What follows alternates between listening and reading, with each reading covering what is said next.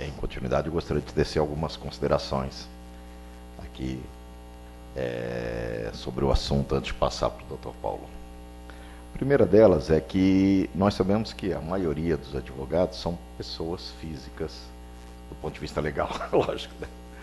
Quando eu falo pessoa física, eu sempre lembro uma aula que eu dava que era em que, para definir pessoa física, recorria ao Clóvis Bevilacqua, que tinha a seguinte definição: é a criatura advinda da mulher.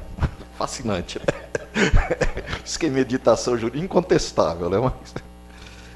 Então, isso significa que, por enquanto, né? Pode ser de proveito, o futuro vai ser diferente, mas talvez. Talvez nós tenhamos aqui que vislumbrar um movimento na advocacia que é tornarmos todos pessoas jurídicas. Porque pelo projeto está pessoa física, está sociedade de advogados. E isso, nós teríamos duas maneiras, como nós já discutimos aqui. Ou a sociedade clássica, que é aquela partilha de resultado total, com todos os seus problemas, que isso tem, identificação de clientela, divisão, dissolução, ou a sociedade que é a mais comum, que é de despesas. O problema, além dos pontos levantados pelo Dr. Paulo, na sociedade de despesas, que a gente chama, é que não é uma sociedade real, mas formal ela é, né? Como diferenciar, como refletir no contrato social o combinado. Geralmente, se a gente for aqui, não é nenhuma crítica do Departamento de Sociedades, provavelmente, se tivesse um palestrante aqui, ele iria me corrigir, mas a minha impressão que eu tenho é que o modelo não reflete bem a realidade. Então, eu faço lá, ao invés de ter um modelo que eu acho muito interessante, que é o modelo que utilizado no Rio de Janeiro, na OAB do Rio de Janeiro, em que lá vem, identifica plenamente, cada advogado irá o quê? Apenas disciplinar os resultados auferidos por cada um, e, portanto, cada um tem sua clientela e seu resultado diferente, embora depois vamos consolidar tudo para fins de tributação. Esse modelo aí do Rio de Janeiro, que está disponível no site, pode nos levar a refletir, ele atende mais à realidade.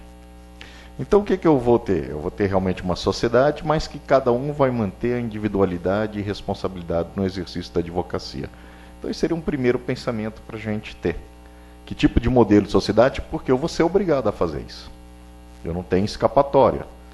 Quer dizer, nós estamos falando aqui de uma legislação em gestação. Esse é o momento atual. Pode ser que haja modificação, que eu acho um pouco difícil, na Câmara dos Deputados, mas pode ser que haja. Outro assunto, entre essas modificações aí, nós podemos, talvez seja incluir o profissional individual, que eu acho muito difícil.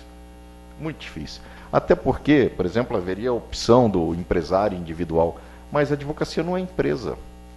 A advocacia é trabalho intelectual. Nós vamos ter uma resistência muito grande da ordem dos advogados. Uma resistência legislativa, teria que mudar a legislação para permitir essa equiparação à pessoa jurídica. Porque implica eu, como advogado individual, tirar um CNPJ. Talvez esse seja o futuro, mas a gente não sabe. Então, essa é uma questão bastante complicada, né? Mas a tendência é essa aí. Nós vamos ter que pensar em nos associarmos a colegas para poder exercer a advocacia em conjunto, ainda que individual, transformar em pessoa jurídica. Outro problema que eu não sei se os palestrantes gostariam de levantar é aquelas sociedades mistas, que a ordem não vê bem, porque a ordem não tem nada contra você ter várias atividades, isso é muito comum, você ter vários diplomas e se associar em casa. O problema são as consultorias mistas, né? Talvez aí teria que se repensar o modelo para vir para uma sociedade simples de advogado, ou seja, de fazer uma cisão nessas sociedades para poder se enquadrar aqui. São perguntas interessantes que nós vamos ter que passar por isso. No tocante ao problema patronal, realmente o legislador pensou em pouca gente. Mas, de modo geral, os escritórios, eu penso mais no ADM, que a gente chama, que é o administrativo, que é secretária. No meu tempo tinha office boy, hoje não existe mais. Hoje é motoboy, quer dizer, e correio eletrônico, né? Eu até, como eu sou antigo, eu lembro que antigamente o telefone tocava. Anos atrás eu parei, caramba, então, por que o telefone não toca mais?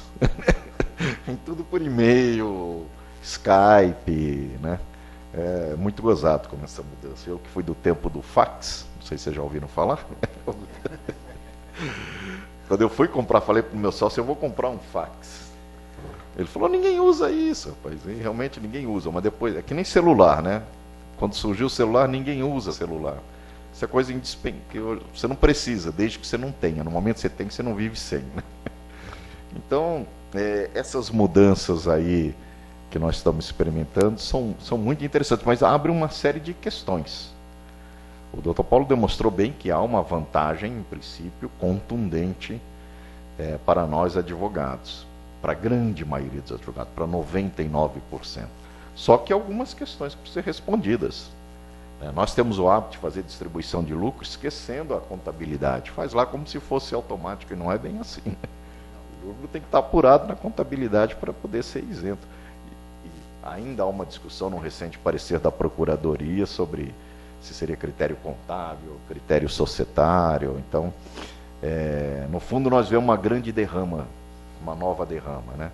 E isso aqui é uma grande vitória da classe.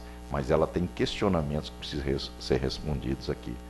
Então, eu sugiro aos colegas examinar bem esse modelo, pensar muito na saída, porque é muito comum, infelizmente está cheio de como partilhar depois que você sai o resultado na advocacia. Tem que se pensar muito, não há jurisprudência. Hoje eu tenho um colega, vamos separar.